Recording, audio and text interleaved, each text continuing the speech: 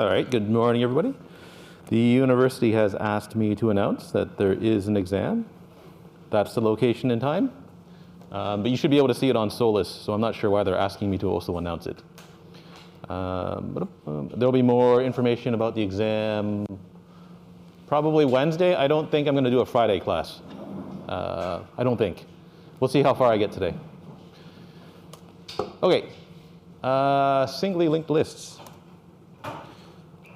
Did we start here? Where did we start? Yeah, we haven't done this yet. Okay.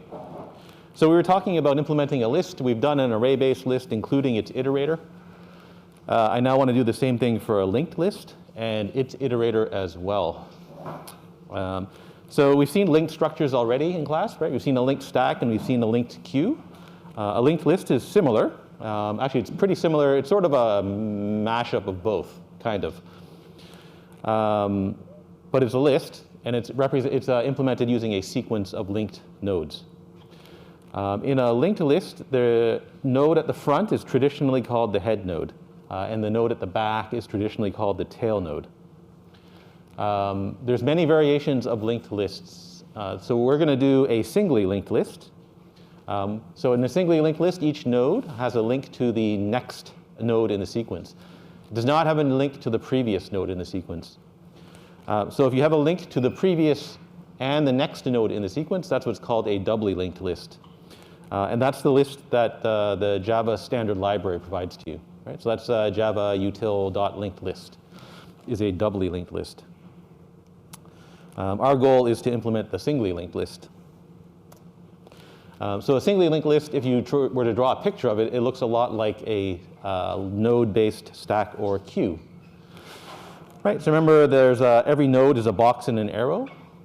Right? Inside the box is the element that's stored at that location in the list, and the arrow points to the next node in the sequence. Right? The tail node points to null. Right? Its next link points to null because there's no more. There are no more nodes in the sequence. Right? There's the head node at the front and the tail node at the back. Right? So this list would have a size of 3. Right? There's a notion of an empty list, just like in an array. So in an empty list, the head points at nothing and the tail points at nothing. Right? So no head node, no tail node. And just like any other linked structure, linked lists have a recursive structure. So you can think of every node in the list as being the head of another list. Right? Because of that, that makes implementing a method like sublist very easy. So for example, the first node in the list, that's the head of the entire list. Right? If we were to look at the second node of the list, you can think of that as being the head of the list of size 3. So the list consisting of the nodes shown in blue. Right? If you look at the third node in the list, you can think of that as being the head of a list of size 2. Right? And if you were to look at just the last node in the list, that's the head node of a list of size 1. Right? So its structure is recursive, which means you can often write a linked list algorithm in a recursive way. Right? So for example, if you wanted to compute the size of a linked list, assuming you didn't keep the size of the linked list as a field somewhere, right? So if you just have the head node as your linked list, then you have to count the number of nodes in the list every time someone asks for its size. Right? So to count the number of nodes in the list, you can use you can just use a plain old loop. Right? So it's possible to do with a for loop or a while loop. But if you wanted to do it recursively, right, your public method calls a private recursive method. Right? The recursive method takes in a node that represents the head of the list that you want to compute the size of. Right? Now remember, the key here is that every node of a linked list can be thought of as being the head of a node of some other list. Right? So the length of this list is 1 plus the size of that list there, right? Which is that, right? But that's just another linked list. So the size of this list is 1 plus the size of the rest of the list, right? That's another linked list. So its size is 1 plus the size of the rest of the list, right?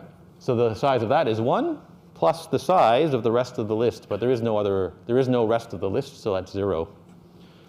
And so your recursive algorithm is just, if the head is null, you return 0, right? There's no nodes in this list. Otherwise, return 1 plus the size of the rest of the list. Right? And you get the rest of the list by following the next link of the head node.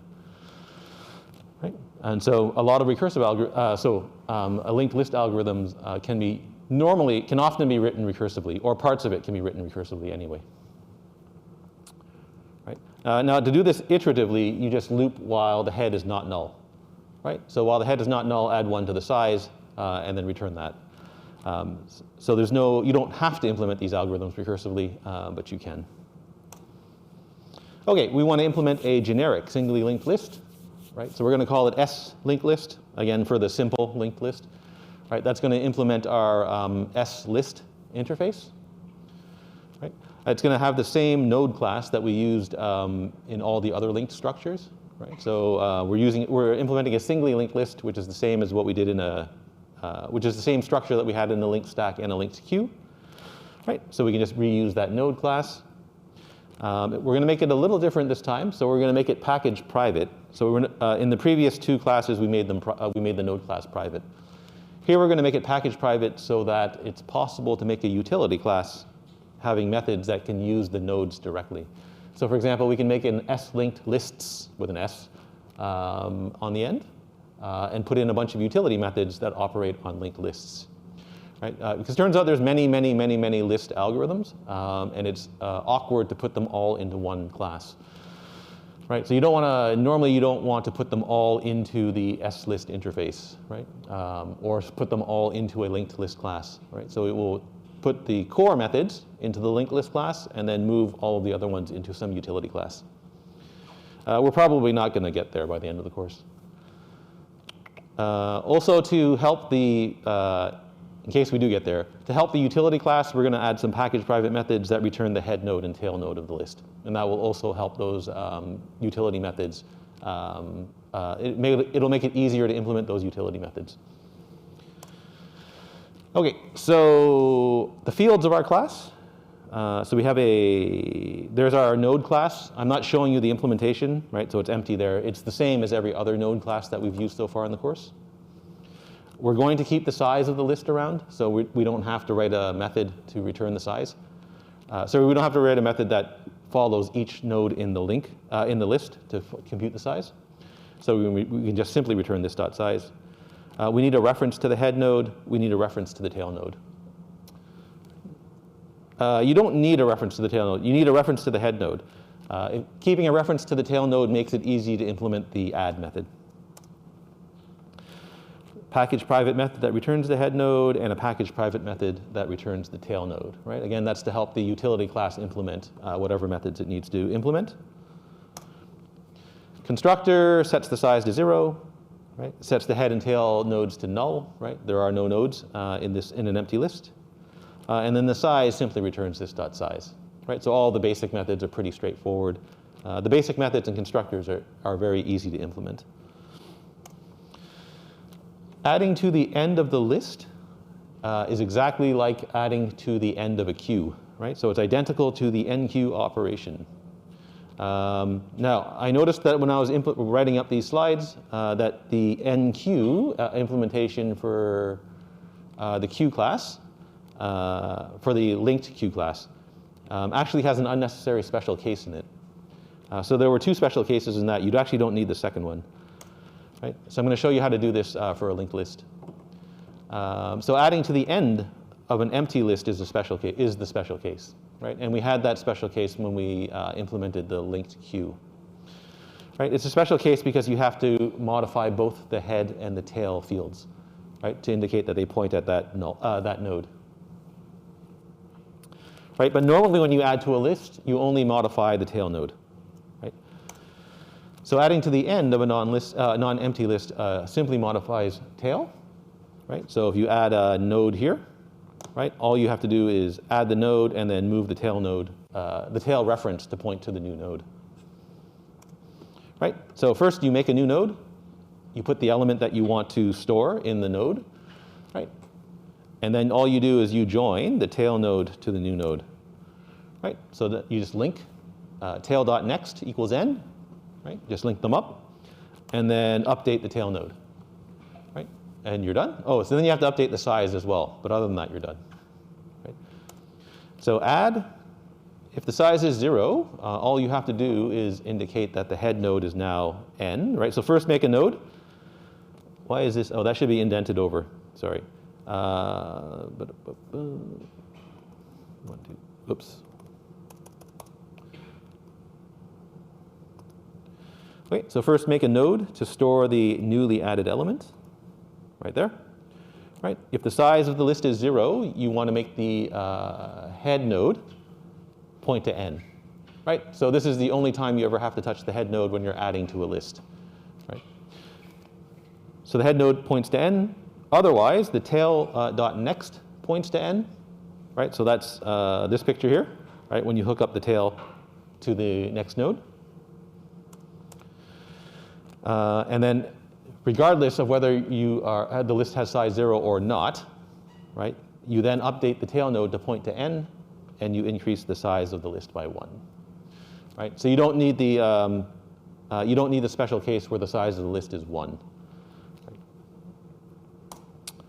All right, getting and setting by index. So in a list, the list interface has a get and a set method. They both take in the index of the element to set. Right? Now, a lot of the list methods require an index to operate, right? So remove by index also requires an index. What else? There's get, there's set, there's add. So there's inserting at an index as well, right? Now for a linked list structure, when you add or you do something at a particular index, you have to move to the node that's near that index, right? So you either have to move to the node at the index or you have to move to the one before it, right? And the reason you have to do that is you don't have a reference. You only have a reference to the head node, right? You don't have a reference to every node in the list, right? The linked list only has a reference to the head and tail node. So to get to a node somewhere in the middle of the list, you have to follow a bunch of links starting from the head node. Right? Now you have to do this for every method that operates using an index. So it's useful to make a method that can simply move to a specified node. Right? Similarly, it's useful to write a method that can validate an index, right, to make sure that the index is a legal index for this list. Right? So our validate method simply looks like this. Right? So if the index is less than 0 or if it's greater than or equal to the size, throw some exception. Right? So all of our methods that use an index can simply call this method and not have to write this if statement themselves. Move to is the method that moves to a node at that index. Right? So it's package private. So so any class in the same package as S-linked list can use this method. Right? And that's our utility class. If we ever implement it, use this method as well because it's very useful. Normal users of the class cannot use this method because normal users of the class won't be in the same package as the linked list class. Okay, so we're going to start. The first if statement you don't need, but it's a nice shortcut. Right? So you have a reference to the head node, you have a reference to the tail node, right? You don't want to move to the tail node if you don't have to, because that requires you to visit n nodes. Right? So if the index is equal to the size -1, simply return the tail node, right? Because the tail field points at the tail node. Right? So that's a simple to implement, little shortcut, right? For cases where you need to move to the tail node. Otherwise, you start at the head of the list, right? And then you just follow the next links until you get to the node that you want to reach. Right? Is this right? I is 0. I is less than. Yeah, I is less than the index. Right. So you start at the head node. Right? You loop as long as I is less than the index. Right? So as long as I is less than the index, you just follow the next link to get to the next node. Right? So if you pass in 0, you should get the head node. Right? So n starts as the head node. Does the loop run? The answer is no, because 0 is not less than 0. Right? So that gives you the head node. If I is 1, if the index is 1, you should get to the second node. So starting at the head node, loop runs once. That moves you to the second node. Right? So this loop appears to be correct. Once you get to the node that you're looking for, you simply return the node. Right? And once you implement move to, all the index-based methods become a lot easier to implement. Right. Any questions so far? All right. Now, if you wanted to, you can implement move to using recursion. Right. So the same first case, right? If you want to move to the end of the node, end of the list, just return the last node, right? Return the tail node. Otherwise, move to, so call the private helper method, right? Move to the node at that index, starting from the head node, right? So our private recursive helper method, right, takes in the node. So this is actually the head of the sublist, right? It takes in the index that you want to move to relative to the sublist, right? So it's relative to the sublist. So here I'm passing in the head node of the whole list, and I want to move to that index, right? So if the index is 0, right, then you want to move to the first node relative to the sublist that starts at that node, right? Now you're already at that node, so you can just return n, right? Otherwise, you move to the next node, right? So return move to next node, right? Move to the next node, and return the node that's at index -1 relative to that sublist, right? So you decrease the index by 1 because you move to the next node, right? So basically, all you're doing is using the index as a counter to count down to the node that you're moving to. Right? Most people find the iterative method easier to implement, I think. Okay, get and set. So given move to, get and set is trivial to implement. Right?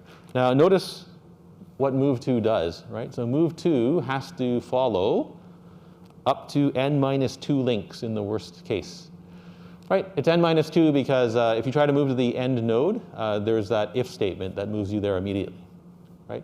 So if you want to move to the second last node, you have to follow n-2 links, right? There's always one less link than there are nodes, right? So one less non-null link than there are nodes, right? So you have to follow up to n-2 links in the worst case, right? And that's big O of n, right? Which makes the list operations that use an index very inefficient compared to an array-based list, right? At least it makes most of the methods that operate using an index inefficient, right? So in an array-based list, get and set are both O1. In a linked list, get and set are both ON. Right? So it's unusual for you to ever actually use a linked list, right? The use cases for a linked list are very rare. So get, like I said, is very easy to implement, right? Simply validate the index, right? Move to the node at that index, and then return the element in that node, right? So dead simple, right? Set is almost identical, right? Validate the index, move to the node at that index, right? Now I'm going to go in and get a reference to the element that's currently in the node. Right? I'm going to call that old, because that's the element that I'm about to replace. Right? I'm going to replace the element. Right? Then I'm going to return what was previously stored in the node. Right? So again, very easy to implement. Now inserting at the front of the list. So we've done add at the end. I now want to add or insert at the front, and then we're going to insert somewhere into the middle. So inserting at the front of the list is exactly identical to pushing an element onto the top of a stack. Right? So in our node-based stack implementation, push just added a node to the front of the sequence. Right? So adding at the front is exactly the same as pushing onto a node-based stack. Right? And like a node-based stack, that operation has complexity O1. Right? Because all you have to do is make a new node and hook it up to the rest of the list. Right? But in an array-based list, if you wanted to insert at the front of the list, right, you move all of the current elements over by 1, and then you can set the element at the first index of the list. Right? So in an array-based list, insertion is ON. Okay, so how do you insert? So you make that new node, right? So you make your new node called toAdd, right? you're going to hook up its link to the current head node. Right? So that's 2add.next is going to equal the head node. Right? And then you update the head node so that it points to 2add. Right? And then you add 1 to the size. Right? So you just follow the steps in the picture. Right? Make a new node. Right? Hook up the node to the front of the list. Update the head node so that it points to the newly added node, and then add 1 to the size. Right. All right, now if you want to insert somewhere into the middle of the list, there's a few different ways to do this. I'm going to show you this way. There is another way to do it that maybe I'll describe after I finish describing how to do it this way. Okay, so I want to insert an element at index I. So for example, if I want to insert an element at index 2, right, I need to make room for that node. So I have to shove the 2 and the 3 over by 1, right, and then insert the new value. Right? Now, if I want to do that, I have to hook up the previous node to the newly inserted node. Right? Otherwise, the list becomes discontinuous, which is no good. Right? So I need to adjust the link that's in the previous node, right? So I want to move to the node at index I minus 1 instead of moving to the node at index I. Right? If I move to the node at index I, there's no way I can get that link. Right? I can't go backwards in a singly linked list. Right? So I need to move to the one in front of it. Right? So for step 1, you move to the node at index I minus 1. We have a move to method that can do that for us. Right? That gives you the node n. Right? You make the new node, right? And I'm always calling the node that you're inserting, I'm always calling it 2add. Right? So you make that new node. Its next link points nowhere right now. Right? I want to get a reference to the node after n. Right? And the reason I want to do that is because I want to hook the new node up to this one here. Right? So I need a reference to the node called after. Well, I'm going to make a node after and set it to n.next. Right? Then I want to hook up node n so that it points to so that its next link points to the new node. Right? And then I want to take the new node and I want to hook it up to after, like that. Right? And then you want to increment the size of the list, and you're done. Okay? So if you just follow each step in the picture, you get the algorithm. Right?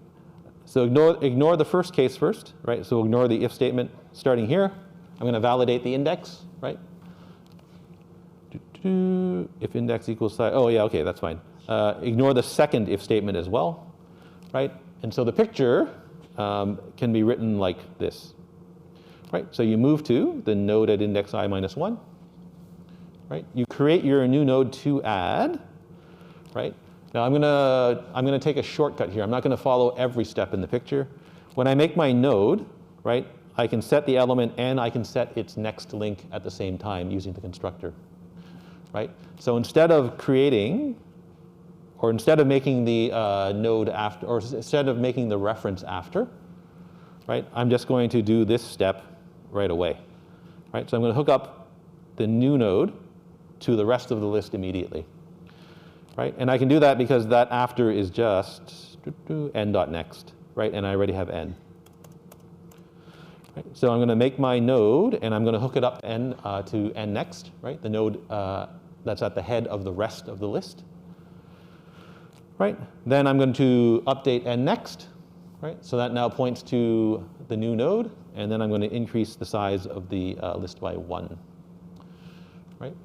Okay, now there's a couple of special cases here. So if the index is equal to the size of the list, right? So remember, add is inserting into the list is funny because you're allowed to use an index equal to the size of the list, which you normally can't do, right? So if you add at the index equal to the size of the list, that's considered to be the same as adding to the end of the list, right? So you have a method that can add to the end of the list. So you just call the method, and then you have to return here.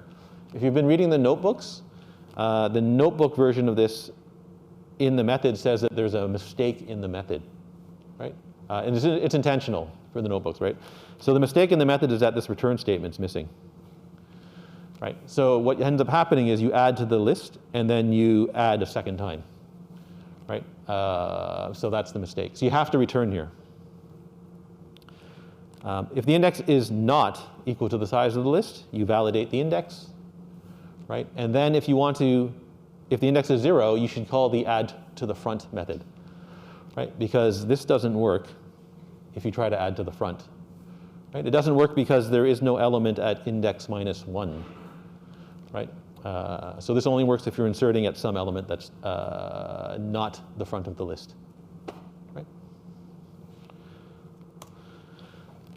Okay, so removing an element is identical to dequeuing an element from a node-based queue. Right? So remember, in a queue, elements fall off the front.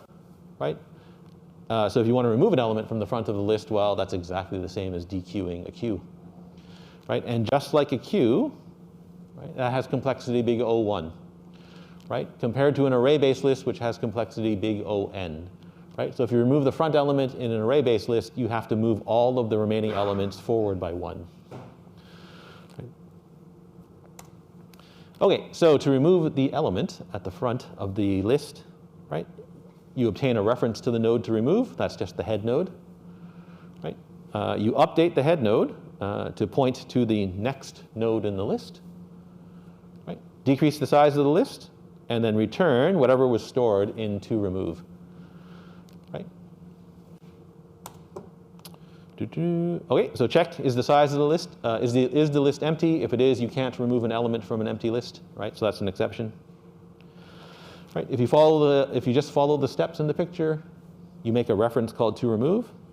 You set it to the head of the list. Right? You then update the head of the list to point to the next node in the list. Right? So that's either this.head.next or toRemove.next. Either one is fine. Right? Now there's another special case here, just like there was in the queue. Right? If you remove a node from a list of size 1, right, now you have to update the tail node as well. Right? In these pictures here, you're only updating the head node. Right? But if you remove all of the elements from a list, then you have to update the tail node as well. Right? So the special case here is if the current size of the list is 1, set the tail node to point to null, right? Then decrease the size of the list, right? And then return the removed element.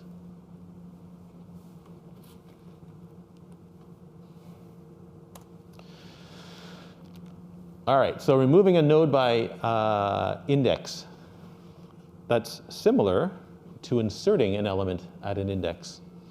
Right? So if I want to remove that too, right, the link that I have to adjust belongs to the node in front of it. Right? So I have to adjust a link in the node at index -1. Right? So instead of moving to the node at index, I'm going to move to the node at index -1 so that I can adjust its next link. Right? So step 1, move to the node in front of the one you want to remove, right, and call that n. Step 2, right, I'm going to get a reference to the node that I want to remove, right, and that's just n.next.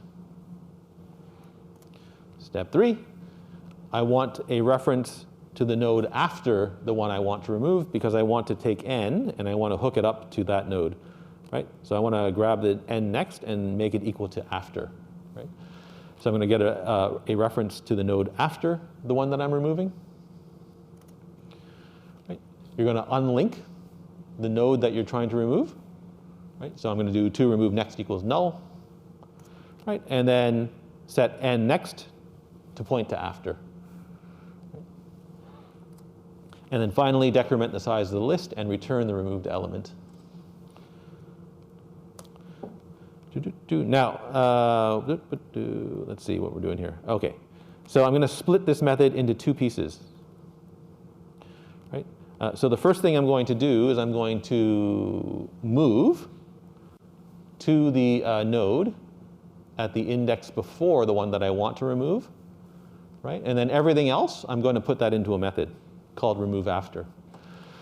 Now, the reason I'm doing this is because when we go to implement the iterator, right, the iterator is going to have a remove method. And the iterator, it's handy if the iterator can call remove after to remove the node that's after the one it's currently at. Right? So this is mainly for the benefit of the iterator that we have to implement next class. Right? Okay, so what does toAfter look like? Well, toAfter is just you just follow the sequence in the pictures. Right? So get a reference to the node to remove. Right? So that's just n next. Right? Get a reference to the node after the one you want to remove. Right? So that's just to remove next. It's also equal to n.next.next if you want to do it that way. Right? Unlink to remove. Right? So to remove next is null, so that unhooks the node from the rest of the list, from the remainder of the list. Sorry. Right? And then then hook up the previous node. Right? So that's n. Right? Hook that up to the remainder of the list.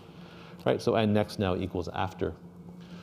Right? Now normally when you remove a node, you don't touch the tail node, right? But there is a special case, right? If you do happen to remove the tail node, right, you now have to make the tail field point to n, right? The node that was in front of it.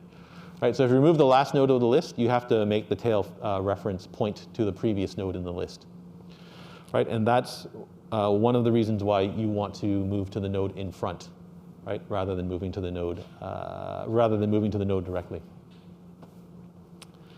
Finally, decrease the size of the list by 1 and return the element that you removed. Right. Is there another? Okay, so let's go back to the inserting at an index. Okay, so there's another way to implement inserting at an index. Right? So the way I showed you here is that you're going to move to the node in front, right? So that I can update its next link, right? When I insert the new node. Right? There is another way to do this. So I want to insert at the 2, right? So I want to move the 2 and the 3 to the right, and I want to put an element into the list. Right? So the other way to do this is to move to the index of the node that you want to remove. Right? Now, you've got the problem where you want to update that link, right? But you don't have to update that link. What you can do instead is you can make a new node over here, right? And then hook this node, right, at the index where you're inserting, and hook it up to the new node. Right? So I can hook it up to the new node. And in that node, right, I can copy that value into the new node. Right? So I can copy the element that's currently sitting at index 2 into the new node. Right? And then I can replace this value with the element that you insert. Right? And then I can hook the new node up to the rest of the list. Right? So that's the other way to do it. You have to be a little bit careful about the special cases when you do it, but you can do it that way as well. Removing at the end, removing from the middle is similar. Right? You could try to, right, so I want to remove the 2, right? Do you want to do this? No, for the 2, you really want to do it the way that I showed you, because you really want that remove after method. Right? So that remove after method makes implementing the iterator very easy. If you don't have this method, implementing the iterator becomes a little bit more complicated. Alrighty. Any questions about linked lists? Anybody? All right. I'm going to stop there so that I can implement the iterator next class. Sorry, we're a little early, but that's the way it goes. So we'll finish implementing the iterator method, the iterator class for linked lists, and that wraps up the course, basically. So in the next class, I'll try to complete the implementation of iterator. I'll tell you what's on the exam and how to study for it. And then I suspect there will be no Friday class, unless somebody wants one for some reason. But I suspect the answer is no, because most people don't show up on Friday morning anyway. All right, any questions? All right, thank you.